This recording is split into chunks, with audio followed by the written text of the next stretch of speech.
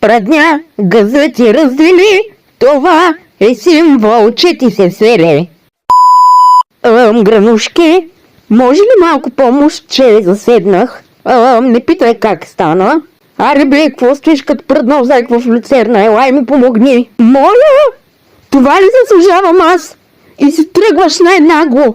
Добре, Гранушки, това ще го запомня. A few moments later. Бабо, Утре имам тест по математика. А ти вместо да дойдеш да ми помогнеш, не спря да ме гониш с тая лайняна бухалка, която ще метна в букука. Знаеш ли какво? Омръзна ми да си пиша домашните, омръзна ми да уча и ти ми омръзна.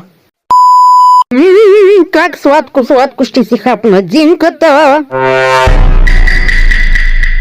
Не, за тебе няма. Гранушки, малко помощ отново.